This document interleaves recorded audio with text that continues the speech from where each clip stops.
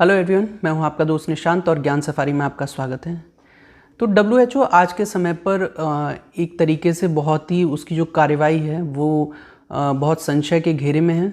अधिकतर देश WHO को क्रिटिसाइज़ कर रहे हैं, यहाँ तक कि डोनाल्ड ट्रंप ने तो जो यूएस के प्रेसिडेंट हैं उन्होंने तो जो WHO को फंडिंग दी जाती है उसी को रोक दिया है। और इसकी सबसे बड़ी वजह ये है कि उनका कहना है कि WHO ने पूरी तरीके से इस बीमारी पर सही तरीके से कार्रवाई नहीं की और चाइना के साथ मिलीभगत का आरोप लगाते आ रहे हैं। ऐसा नहीं है कि केवल डोनाल्ड ट्रंप ही लगा रहे हैं। इनफैक्ट जापान के जो डेप्यूटी प्राइम मिनिस्टर हैं उन्होंने तो यहाँ तक कह दिया कि वर्ल्ड हेल्थ ऑर्गेनाइजेशन इस समय चाइनीज़ हेल्थ ऑर्गेनाइजेशन है, मतलब उस पर पूरी तरीके से चाइना का इन्फ्लुएंस है। अब सबसे बड़ी बात आती है कि ये जो वर्ल्ड हेल्थ ऑर्गेनाइजेशन है पूरी दुनिया का जो लोगों की हेल्थ के बारे में सोचता है, क्या उसकी इस तरीके से क्रिटिसाइजेशन क्या ज़रूरी है? क्या सच में ऐसा हो सकता है कि उन्होंने सही तरीके से काम ना किया हो? क्या ऐसा पॉसिबल है? देखिए, हम लोग के यहाँ पर एक कहावत है, हिंदी में अपन लोग कहते हैं कि धुआं वहीं से उठता है जहाँ आग लगती है। तो ये बात सही है कि अगर WHO को लेकर इतने सारे लोग कुछ कह रहे हैं तो बेशक कोई ना कोई बात है कि WHO छुपा रहा है या फिर उस ऑर्गेनाइजेशन पर कहीं ना कहीं चाइनीज़ डेलीगेट्स का या चाइनीज़ जो गवर्नमेंट है उसका इन्फ्लुएंस ज़्यादा बढ़ गया है। WHO को थोड़ा सा संशय में देखने की एक वजह ये भी है क्योंकि इसका जो पास्ट है वो भी बहुत कंट्रोवर्शियल रहा है।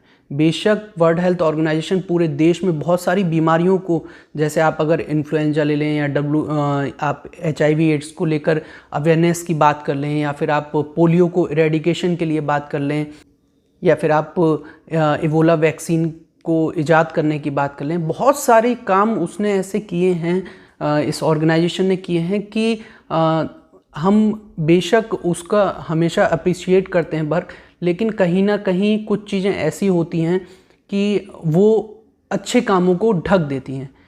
तो आज यही हो रहा है WHO के साथ भी।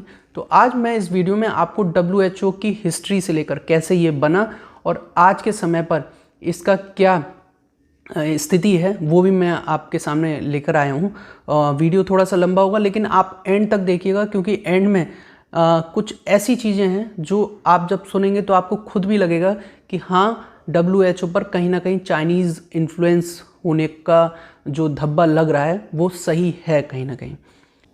देखिए, सबसे पहले मैं इसकी फुल फॉर्म से स्टार्ट करता हूँ। वर्ल्ड हेल्थ ऑर्गेनाइजेशन WHO की जो फुल फॉर्म है, इसको हम लोग हिंदी में विश्व स्वास्थ्य संगठन भी कहते हैं। इसका इस्टेब्लिशमेंट 1948 में किया गया था और इसका जो काम था वो पूरे विश्व में लोगों की हेल्थ को लेकर था। हेल्थ को लेकर देशों को एडवाइजरी जारी करना या फिर उन पर रिसर्च करना कि कोई बीमारी अगर कहीं इजाद हो रही है तो वो किस तरीके से इजाद हुई, किस वजह से, उसमें क्या क्या सिम्टम्स हैं, उसको पूरी तरीके से इलेबरेट करके समझना और लोगों को समझाना और देश को, जिन देशों को उन बीमारियों से खतरा है उन्हें एडवाइजरी जारी करना, लोगों को एक तरीके से एडवाइज़ करना बीमारियों के बारे में, और जो ऑलरेडी इस्टेब्लिश हैं बीमारियां उनको देशों से इरेडिकेट करना, मतलब वहाँ से ख़त्म करना। जैसे कि आप देखेंगे पोलियो का बहुत अच्छा WHO ने जो एक प्रोग्राम था उसको बहुत अच्छे से ऑर्गेनाइज़ किया और आप देखेंगे बहुत सारे देशों से पोलियो बिल्कुल ख़त्म ही हो गया। इंडिया में भी पोलियो के अब बहुत ज़्यादा केसेस देखने को नहीं मिलते हैं नए, तो इसलिए WHO का जो काम है वो यहाँ पे सराहनीय भी है। अगर इसके ओरिजिन की बात करें तो 1851 के आसपास एक कॉन्फ्रेंस हुई थी जो कि इंटरनेशनल सैनिटरी कॉन्फ्रेंस थी, जिसमें एक तरीके से लोगों की हेल्थ को लेकर इशू उठाए गए थे और 1851 से लेकर 1938 तक लगभग 14 कॉन्फ्रेंसेस हुई। वर्ल्ड वॉर सेकेंड के बाद यूनाइटेड नेशन ने जितने भी अदर जो भी वर्क कर रहे थे ऑर्गेनाइजेशन जो कि हेल्थ को देख रहे थे, सभी को एब्जॉर्ब करके एक ऑर्गेनाइजेशन बनाया जिसको कहा गया WHO, मतलब वर्ल्ड हेल्थ ऑर्गेनाइजेशन। अगर इसके इस्टेब्लिशमेंट की बात की जाए तो 1945 के आसपास यूनाइटेड नेशन की एक बैठक हुई जिसमें एक ऑर्गेनाइजेशन को इसको बनाने की बात हुई और 1946 में यूनाइटेड नेशन की जो 51 कंट्रीज़ थी उन सभी लोगों ने इसके कॉन्स्टिट्यूशन को साइन किया और साथ ही साथ 10 और भी कंट्रीज़ ने साइन किया। ये इकलौती ऐसी ऑर्गेनाइजेशन थी वर्ल्ड की जिसमें सभी देशों ने शामिल हुए। मतलब एक तरीके से जैसे हम लोग अपने चैनल को सब्सक्राइब करने के लिए कहते हैं, मतलब आप हमसे जुड़ रहे हैं, उसी तरीके से ये इकलौती ऐसी वर्ल्ड की एजेंसी थी जिसमें सारे विश्व के जितने भी देश हैं वो सभी सब्सक्राइब्ड हैं, एक तरीके से उसके सदस्य हैं कहीं ना कहीं। इसकी जो पहली मीटिंग हुई वो 1948 में हुई और ये मतलब काम तो शुरू हो ही चुका था इसका। और अगर इसके जो प्रोसेस हैं अगर उसके बारे में बात करें, जो जो प्रोग्राम्स इन्होंने शुरू किए, तो बहुत लंबी लिस्ट है। मैं बहुत मेजर जो प्रोग्राम्स हैं वो ही आपसे डिस्कस करता हूँ। जैसे कि 1947 में इन्होंने BCG वैक्सीन पर काम करना शुरू किया, 1955 में मलेरिया पर काम करना शुरू किया। 1955 में एक चीज़ और भी हुई थी, जब ये मलेरिया पर काम कर रहे थे उसी समय पर इन्होंने आपका जो फर्स्ट रिपोर्ट थी डायबिटीज़ मेलाइटस पर वो इशू की और साथ ही साथ एक एजेंसी बनाई कैंसर के ऊपर, international agency for research on cancer. ये 1955 में हुआ। उसके बाद आपका 1958 में इन्होंने स्मॉल पॉक्स पे बहुत अच्छा काम किया, उसको बहुत अच्छे से लोगों को अवेयर किया और उस बीमारी को बहुत हद तक रोका भी। 1966 से पहले जो इसका हेडक्वार्टर था वो अरियाना विंग में था। इस 1966 में ही इसका हेडक्वार्टर वहाँ से शिफ्ट करके जेनेवा स्विट्ज़रलैंड में किया गया। तो ये आपको ध्यान रखने वाली बात है। मतलब जो स्टूडेंट्स अगर इस वीडियो को देख रहे हैं तो अगर पूछा जाता है कि WHO का स्टार्टिंग में हेडक्वार्टर कहाँ था, वो अरियाना विंग में था और 1966 में ये शिफ्ट होकर आपका जेनेवा स्विट्ज़रलैंड में शिफ्ट कर दिया गया था एक तरीके से। 1988 से इन्होंने पोलियो पे वर्क करना शुरू किया और बहुत अच्छे से वर्क किया कि बहुत सारे देशों से पोलियो को पूरी तरीके से इरेडिकेट कर दिया, उसमें इंडिया भी शामिल है। उसके बाद 1990 से लेकर 2010 तक इन्होंने टीबी पर बहुत अच्छा काम किया और बहुत सारे मरीजों को सही इनके गाइडेंस में सही किया गया। जो भी ये अपनी जो रिपोर्ट जारी करते हैं उसके अनुसार 46 मिलियन पीपल्स को इन्होंने ट्रीट किया और साथ ही साथ 7 मिलियन लोगों की जान इन्होंने बचाई। एक तरीके से जो डेथ रेशियो था वो बहुत ज़्यादा नीचे उस समय पर टीबी के मरीजों के लेकर आया था। ये तो रही इसके कुछ अचीवमेंट्स। बहुत सारे अचीवमेंट्स और भी हैं जो कि बहुत लंबी लिस्ट है। हर ईयर या 2-3 साल पर इन्होंने बहुत अच्छे प्रोजेक्ट शुरू किए थे। तो अब ये तो अच्छे कामों की लिस्ट थी। अब हम बात करते हैं इनकी कंट्रोवर्सीज़ को लेकर।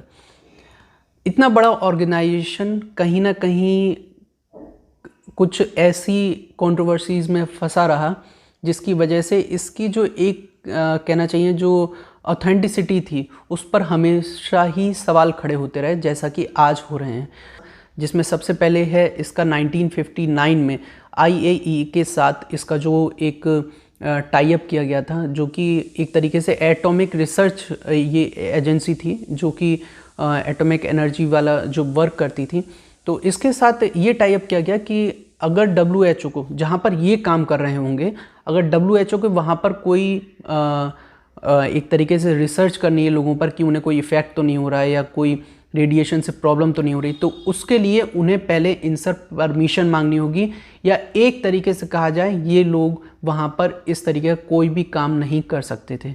तो ये एक बहुत बड़ा क्रिटिसाइज़ किया गया था इस एग्रीमेंट को कि भाई WHO इस तरीके का एग्रीमेंट कैसे कर सकता है, क्योंकि ह्यूमन रेडिएशन जो रेडिएशन होता है एटॉमिक जो भी आपके रिसर्च की जाती हैं उनसे जो रेडिएशन होता है उनसे ह्यूमन को बहुत बड़ी प्रॉब्लम होती है। मतलब ह्यूमन बॉडी में बहुत ज़्यादा डिसफंक्शनिंग हो सकती है।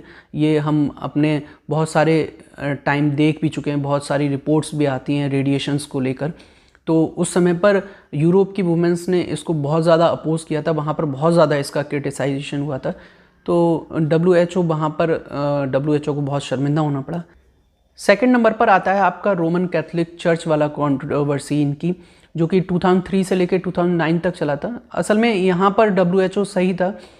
वो लोग एक तरीके से कॉन्डोम को प्रमोट करना चाहते थे कि आप इससे एड्स से बच सकते हैं, लेकिन वहाँ इसको अपोज किया कि भाई देखिए हम ये और भी सारी बीमारियां हैं जिससे बहुत सारी डेथ्स होती हैं, WHO को उस पर फोकस करना चाहिए इसके कंपैरिजन में।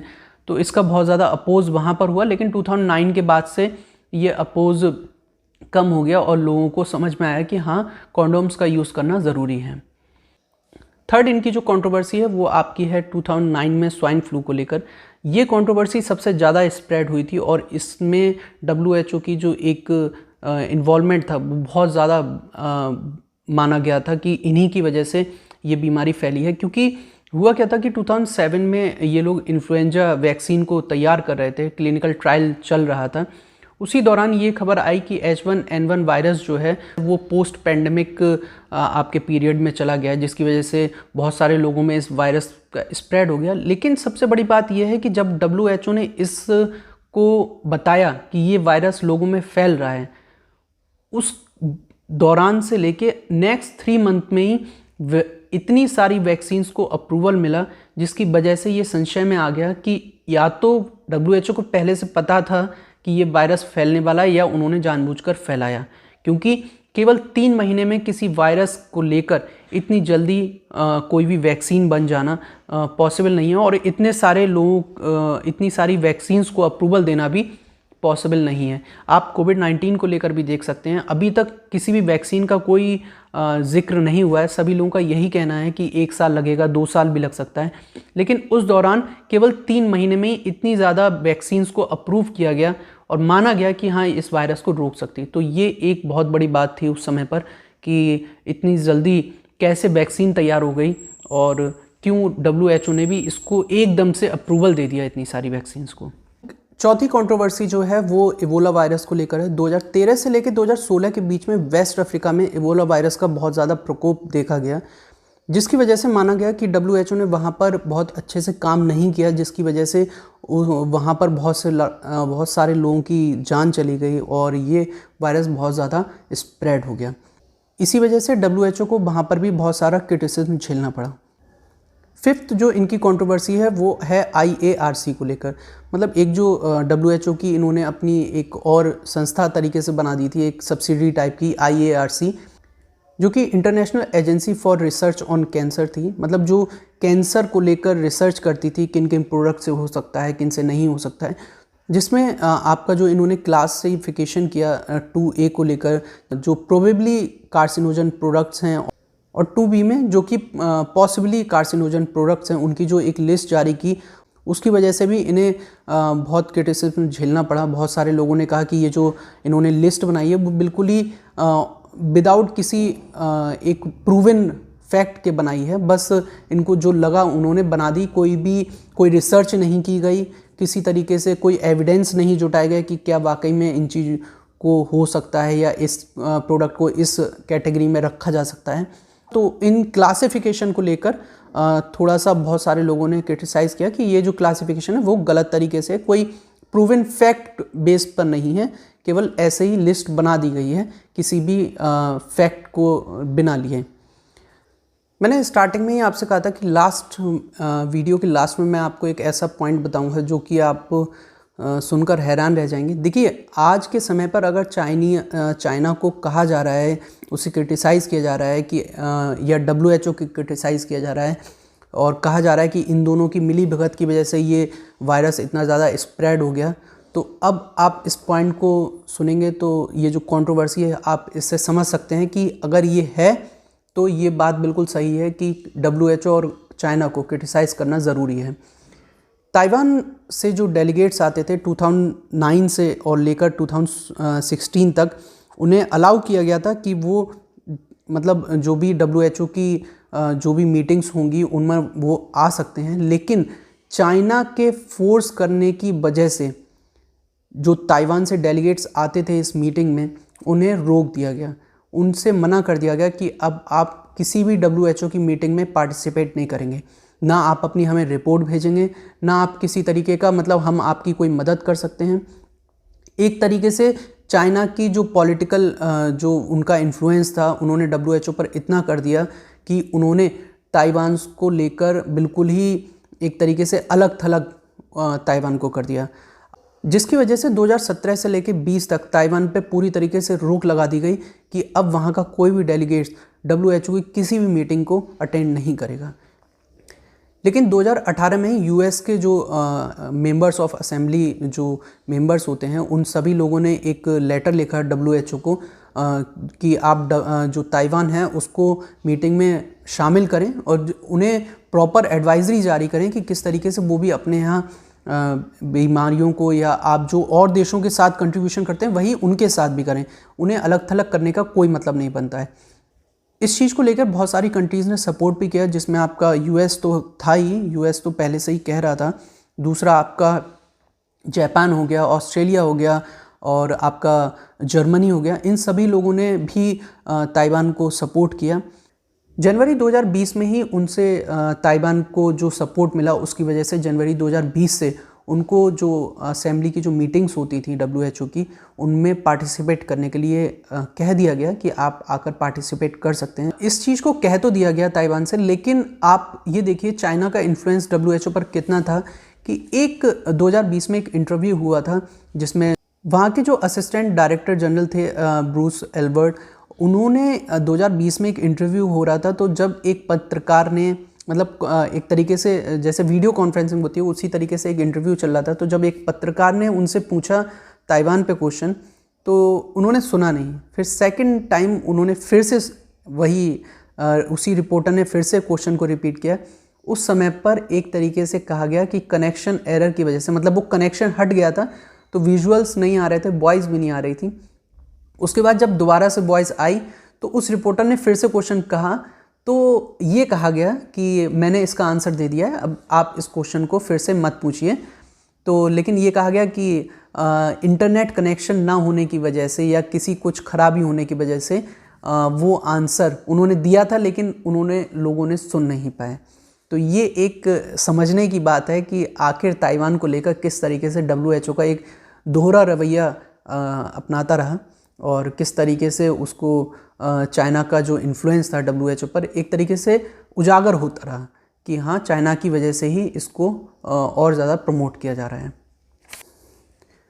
अब बात करते हैं अपने कोविड-19 को लेकर कि डब्ल्यूएचओ पर जो इस समय आरोप लग रहे हैं तो कहीं ना कहीं क्या वो सही हैं क्या गलत हैं। बहुत लोगों का कहना है कि जब डब्ल्यूएचओ ने या तो चाइना में पूरी तरीके से सही से स्क्रीनिंग नहीं की, सही से पता नहीं लगा पाया कि कहाँ से वायरस स्प्रेड हुआ, कैसे हुआ, उन्होंने सही तरीके से अपना प्रोसेस नहीं किया जो उन्हें करना चाहिए था, देशों को सही तरीके से गाइडेंस प्रोवाइड नहीं की, जिसकी वजह से ये जो एक आंकड़ा है डेथ्स का वो बहुत ज़्यादा बढ़ गया और लोगों में बहुत सी कंट्रीज़ में तो ये बहुत ही ज़्यादा स्प्रेड हो गया।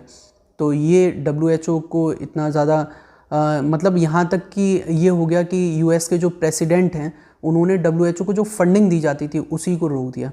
फंडिंग को लेकर भी बहुत सारे लोगों ने क्रिटिसाइज़ किया कि इस समय पर फंडिंग रोकना गलत है क्योंकि डब्ल्यूएचओ की इससे जो डब्ल्यूएचओ वर्क कर रहा है, जो काम कर रहा है, उस पर बहुत ज़्यादा इम्पैक्ट पड़ेगा। लेकिन आप लोग जानते ही हैं कि अगर ट्रंप ने एक बार फैसला कर लिया तो सलमान खान वाला डायलॉग हो जाता है कि फिर वो किसी की नहीं सुनते। तो इस समय पर उन्हें जो सही लगा वो उनका डिसीजन है। और दूसरी बात यह है कि केवल डोनाल्ड ट्रंप ही नहीं है जिन्होंने, मैंने स्टार्टिंग में भी आपसे कहा, बहुत सारे देश डब्ल्यूएचओ को क्रिटिसाइज़ कर रहे हैं। जापान, जैसा कि मैंने आपको बताया भी, जापान में तो ये तक कह दिया गया कि ये वर्ल्ड हेल्थ ऑर्गेनाइजेशन नहीं, चाइनीज़ हेल्थ ऑर्गेनाइजेशन है, चाइनाज़ हेल्थ ऑर्गेनाइजेशन है।